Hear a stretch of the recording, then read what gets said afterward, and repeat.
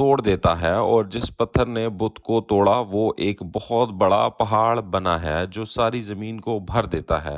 پھر اس کا کیا مطلب ہوگا؟ سب سے پہلے اس پتھر کی حقیقت جو کٹا تھا، یہ پہلی آمد کے وقت یسوع تھے، جو ایک چرواہے تھے جسے خدا کی طرف سے فیصلے کا اختیار ملا تھا۔ پھر اس بت کی حقیقت کیا ہوگی جس کی عدالت پہلی آمد کے وقت یسوع کے ذریعہ کی گئی تھی، جو ایک پتھر کی مانند تھا جسے کاٹ دیا گیا تھا۔ پھر متی 21ویں باب کی 41 تا 44 آیت میں یسوع نے زبور 22 اس کے 118ویں آیت کے الفاظ کا حوالہ دیا۔ اس وقت کے سردار کاہنوں اور فریسیوں سے کہا کہ جس پتھر کو ممباروں نے رد کر دیا تھا وہ کونے کے سرے کا پتھر بن گیا، اور یہ بھی کہا کہ جو اس پتھر پر گرے گا وہ ٹکڑے ٹکڑے ہو جائے گا، اور جس پر یہ پتھر گرے گا وہ ریزہ ریزہ ہو جائے گا۔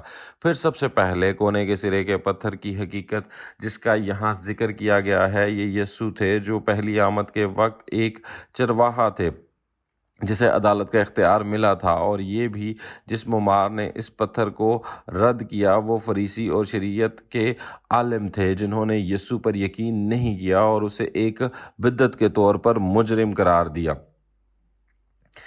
پھر یسوع نے اس وقت فریسیوں اور شریعت کے استاد اور سردار کاہنوں کا خدا کی طرف سے دیے گئے کلام سے انصاف کیا، لہٰذا ان بتوں کی حقیقت جو ٹکڑے ٹکڑے کر دیے گئے اور کچلے گئے، یہ پہلی آمد کے وقت کے پاسٹرز، فریسی اور شریعت کے عالم تھے۔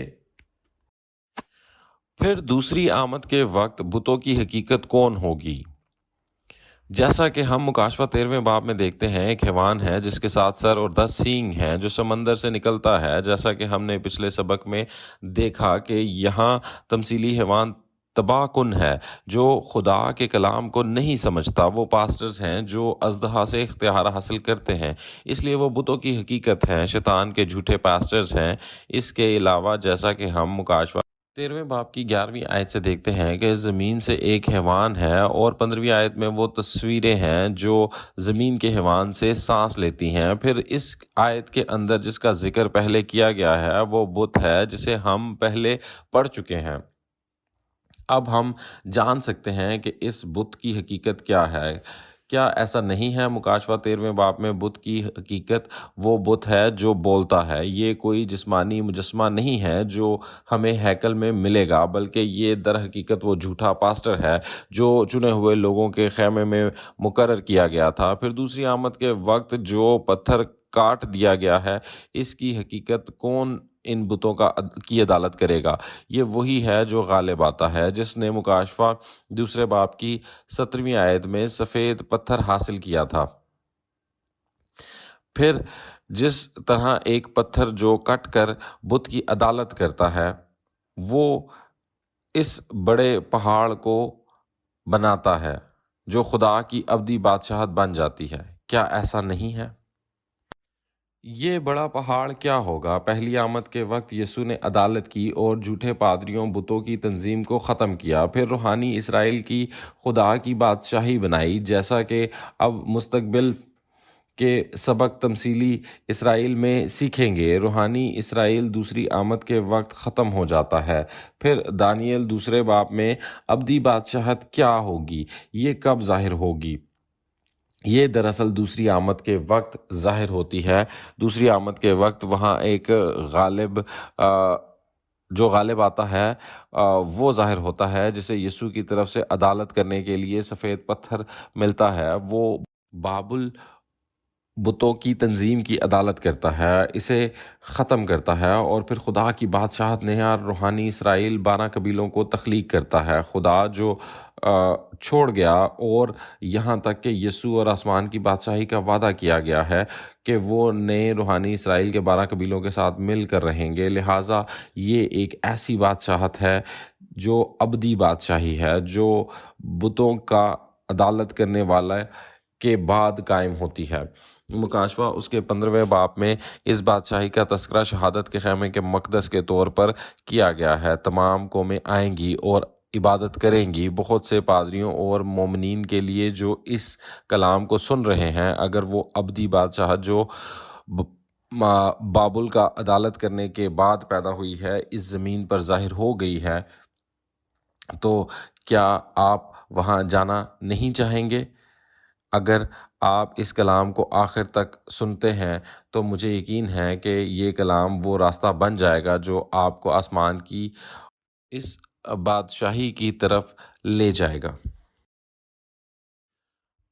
اب تک ہم تمثیلی بت کے بارے میں سیکھ چکے ہیں۔ کیا ہم اچھی طرح سمجھ سکتے ہیں اگر بت جھوٹا پادری ہے تو پھر جھوٹے پادری کی پرستش کرنے والے یا پوجنے والے کون ہوں گے؟ ہاں، وہ مشترک ہو جائیں گے۔ پھر بتوں کی قربانی کا کھانا کھانے کے روحانی معنی کیا ہوں گے؟ اس کا مطلب ہے جھوٹے پادریوں کے جھوٹے عقائد کو کھا جانا۔ مکاشفہ دوسرے باب کی 14ویں اور 15ویں آیت میں یسوع خیمے کے چنے ہوئے لوگوں کو بتوں کی قربانی کھانے پر ملامت کرتا ہے۔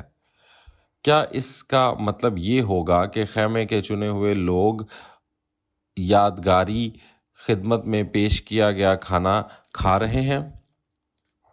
نہیں، ایسا نہیں ہے۔ یہ جھوٹے عقائد جھوٹے پادریوں کی جھوٹی سچائی کو کھانے پر ان کی سرزنش کر رہے ہیں۔ جو ان تمام باتوں کی حقیقت کی گواہی دے سکتا ہے وہی ہے جو حیوان پر اس مقام پر فتح پاتے ہیں جہاں مکاشفہ 13 کے واقعات پورے ہوتے ہیں۔ اب ہم آج کے سبق کا خلاصہ کریں گے۔ تمثیلی پہاڑ ایک تنظیم ہے، جیسے چرچ یا مقدس۔ تمثیلی پتھر عدالت کا کلام ہے۔ پاسٹر کو عدالت کا اختیار حاصل ہوا۔ تمثیلی بت ایک جھوٹا استاد یا جھوٹا پاسٹر ہے۔ روحانی بت پرست وہ لوگ ہیں جو جھوٹے پاسٹرز کی خدمت کرتے ہیں۔ نیز قربانی کی روحانی خوراک کی حقیقت جھوٹے پادری کا جھوٹا نظریہ، شیطان کا عالمی نظریہ اور تعلیمات ہیں۔ پہلی آمد کے وقت یسوع نے خدا کی طرف سے کلام حاصل کیا اور بتوں کی طرح جھوٹے پادریوں کی تنظیم کی عدالت کی اور اسے ختم کیا اور پھر خدا کی بادشاہت قائم کی۔ دوسری آمد کے وقت جو لڑتا ہے اور اژدہا کے گروہ پر قابو پاتا ہے، وہ یسوع سے سفید پتھر حاصل کرتا ہے اور عدالت کرتا ہے اور بابل کی تنظیم کو ختم کرتا ہے اور خدا کی ابدی بادشاہی کو تخلیق کرتا ہے۔